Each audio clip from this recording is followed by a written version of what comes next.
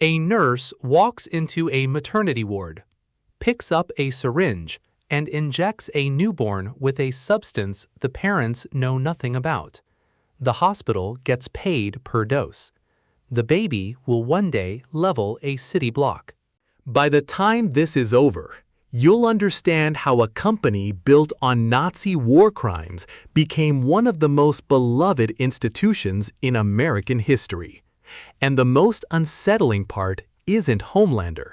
It's that the system worked exactly as designed.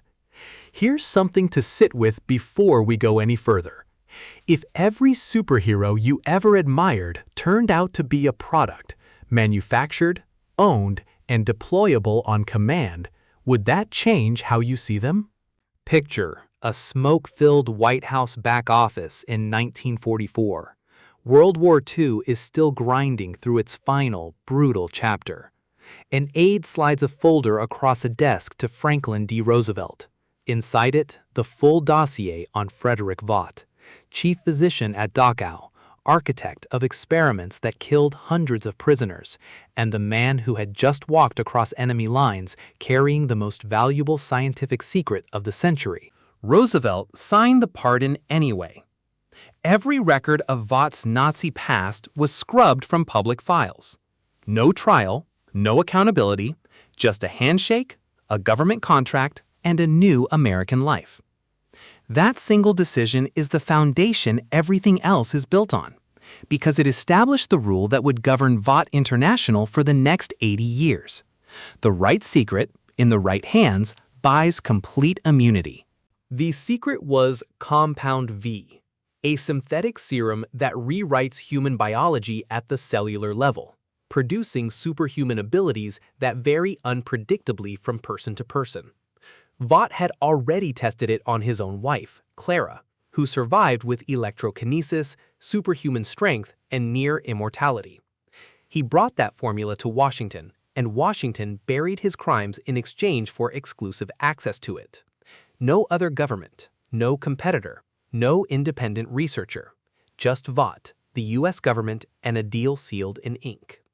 Start counting that as a business model, because Vought never stopped using it. Takeaway: the next time a corporation seems untouchable, look for the government contract underneath. Here is what the public was told.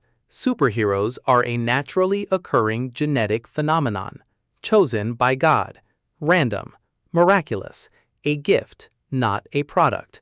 Here is what was actually happening. Vought American created a Christian charity called Samaritan's Embrace and used it to ship vials of Compound V to hospitals across the United States. Doctors and nurses, some knowing, some not, injected the serum into pregnant women and newborn infants without consent. Every soup you've ever heard of was manufactured, every single one. This is the masterstroke of Vaught's early strategy, and it's the part most people gloss over. It wasn't just about creating superheroes. It was about controlling the narrative of where superheroes come from. If the public believes soups are divinely chosen, then Vought isn't a manufacturer, it's a steward, a humble caretaker of God's chosen warriors. The company sidesteps regulation, scrutiny, and competition in a single move. Think about what that monopoly actually means. No rival nation can build soups without Vaught's formula. No government can go around them. No competitor can enter the market. Compound V isn't just a product, it's a chokehold on an entirely new category of human existence. The charity was the distribution arm, the divine narrative was the patent protection, and for decades it worked perfectly. Parents whose children developed powers thanked God. The public celebrated soups as proof of American exceptionalism. Vought cashed the checks. Takeaway: whenever a company controls both the supply and the story about the supply, you're looking at a monopoly with religious armor. Here's something the competitor script breezes past. Godalkin University isn't a school. It has dorms, a campus, a ranked student body, and a graduation ceremony. But functionally, it operates like a corporate R&D lab with a Division I sports program bolted on. Founded in 1965 by Vought and behavioral scientist Thomas Gottschalk, a man whose beliefs about human hierarchy were, to put it generously, compatible with Frederick Vaught's, God U had one actual purpose: figure out how soups think, what motivates them, and how to keep them controllable. Students are ranked not by grades, but by talent, brand appeal, and media presence. Godolphin University is a talent pipeline disguised as higher education. Once a year, the Vought Hero Draft assigns graduating soups to contracts protecting specific cities. Queen Maeve, A-Train, The Deep, all God U alumni, all drafted into New York, all slotted into roles that Vought's marketing department had already designed for them before they ever set foot on campus.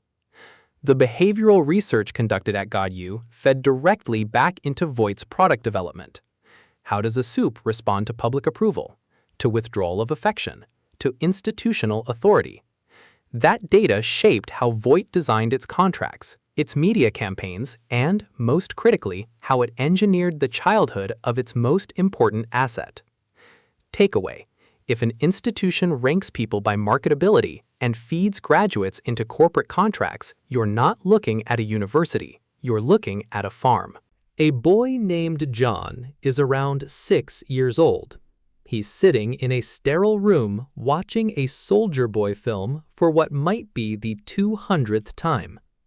No one in the room will hug him. They're afraid of him. But they've also made sure he's afraid of something far worse than them: the possibility that no one will ever love him at all. This is how you build a weapon that doesn't need a cage. John, who the world would come to know as Homelander, was not an accident of science. He was the product of a deliberate IVF program using Soldier Boy's genetic material, implanted into a paid surrogate, designed to produce the most powerful soup ever born. When he arrived, he lasered through his surrogate mother, killing her, and took out 4 medical staff in the process. The surviving scientists responded by raising him in near-total emotional isolation. They didn't cage him because they couldn't. They starved him instead. The specific curriculum of John's childhood tells you exactly what Vought needed him to be: Davy Crockett, Teddy Roosevelt, Manifest Destiny, American exceptionalism on a loop. Soldier Boy films hundreds of times, with no one mentioning that Soldier Boy was his biological father. The goal was to produce a being of near unlimited power who, above everything else, craved the approval of the institution that owned him. It worked, for a while. The problem with engineering someone to need love is that eventually they'll look for it somewhere Vought can't control. Takeaway: the most durable form of control isn't a lock. It's an emotional dependency your subject doesn't know was installed. If this is landing the way I think it is, hit subscribe, because the next part is where Vought stops being a company and starts being a government. And it all begins with a single press conference that Homelander was never supposed to call. The Seven is not a superhero team. It is a portfolio of demographic targets with a shared logo. Homelander anchors the patriotic center. Queen Maeve is the feminist icon. A-Train carries the racial justice narrative. The Deep is coastal, vain, aspirational. Each member was selected not primarily for power, but for the audience segment their storyline could capture. Vought's marketing department built the personas first. The humans inside them were fitted to the brief afterward. The Seven isn't assembling heroes, it's launching a product line. Their contracts with Vought give the company control over public appearances, relationships, statements, and image. Each member has a publicist, an image consultant, and a carefully scripted biography that bears almost no resemblance to their actual life. The crimes they commit are managed, suppressed, and occasionally used as leverage by Vought executives who know exactly where the bodies are buried, because Vought put them there. What the competitor script misses is the sharpest irony of all. The Seven is Vought's most honest product. Every other arm of the company at least pretends to serve some external purpose: medicine, defense, charity. The Seven doesn't pretend. It exists purely to generate revenue and public trust, and the fact that the public loves them anyway is the most damning verdict on all of us. Takeaway: before you admire a public figure, check who owns their contract. What do you do when you have a monopoly on superheroes, but no one needs superheroes? You manufacture the need. In 2019, Homelander went behind Vought leadership and began distributing Compound V to terrorist organizations and criminal networks around the world, creating the first wave of superpowered threats the United States had ever faced. The media amplified the panic. Politicians who had spent years resisting Vought's pitch to integrate soups into the military suddenly needed exactly what Vought was selling. Homelander didn't go rogue, he went corporate. This is the exact same playbook as Samaritan's Embrace. Create the problem invisibly, position yourself as the only solution publicly. Samaritan's Embrace manufactured soups while telling the world they were divine. Homelander manufactured supervillains while the world assumed the threat was organic. Same mechanism, 40 years apart, different scale. The research here gets murky when it comes to how much of this Vought's board sanctioned versus Homelander freelancing. The show presents it as the latter, but the strategic logic is so perfectly aligned with Vought's institutional behavior that the distinction barely matters.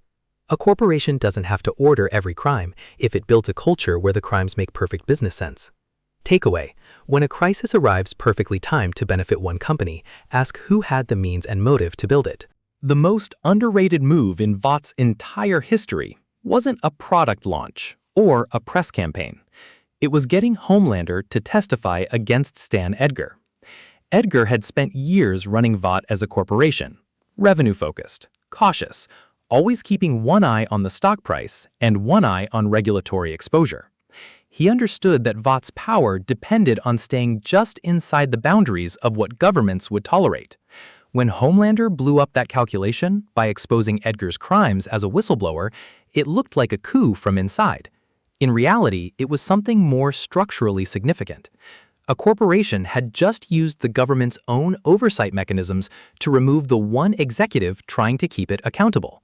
Under the front-facing CEO, Ashley Barrett, Homelander effectively ran Vought with no board and no restraint. The Federal Bureau of Superhuman Affairs found itself monitoring a man who could vaporize a congressional hearing with his eyes.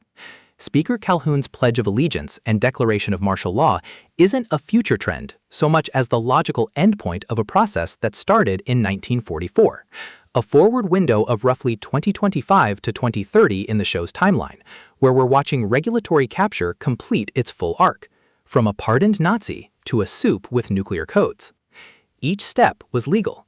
Each step was precedented. That's what makes it frightening. Takeaway: the most dangerous corporate power isn't the kind that breaks laws. It's the kind that uses laws to eliminate the people enforcing them. Here is what Vought's founders would have wanted: a corporation with a monopoly on superhuman power, embedded in government, trusted by the public, and immune to accountability. Here is what they got: exactly that. The competitor script frames Homelander as a corruption of Vought's original mission. This is the misconception worth correcting. Frederick Vought was a man who conducted lethal experiments on prisoners and called it science. Thomas Gottschalk built an institution designed to psychologically condition human beings for corporate use. Stan Edgar oversaw the secret injection of infants and the murder of anyone who threatened exposure. There was no golden age of Vought corrupt. Every scandal in Vought's history, the Compound V exposure, Stormfront's Nazi past, the super terrorist program, looks like a deviation from the corporate ideal only if you assume the corporate ideal was ever legitimate. It wasn't. The deviation is the founding document. Homelander demanding a soup dictatorship is Frederick Vought's actual thesis, just stated out loud instead of buried in a classified pardon. The system didn't fail. It succeeded. A man who should have faced a war crimes tribunal in 1945 instead built the most powerful private institution in American history, complete with a friendly biography, a national mythology, and a TV show. That's not a cautionary tale, that's a blueprint. Takeaway: when a company's worst chapter looks exactly like its founding chapter, the problem was never the people, it was the architecture. A Nazi doctor, a presidential pardon, a charity that injected babies, a university that drafted people, a TV network that sold it all as heroism. These aren't separate scandals. They're the same machine, running the same logic across 80 years. Vought International didn't become corrupt. It was incorporated corrupt. Next video. If Vought built the cage, someone had to notice the bars. The complete history of the boys, the people who decided to fight back, is up next. Not professional advice, Consult a qualified expert as needed.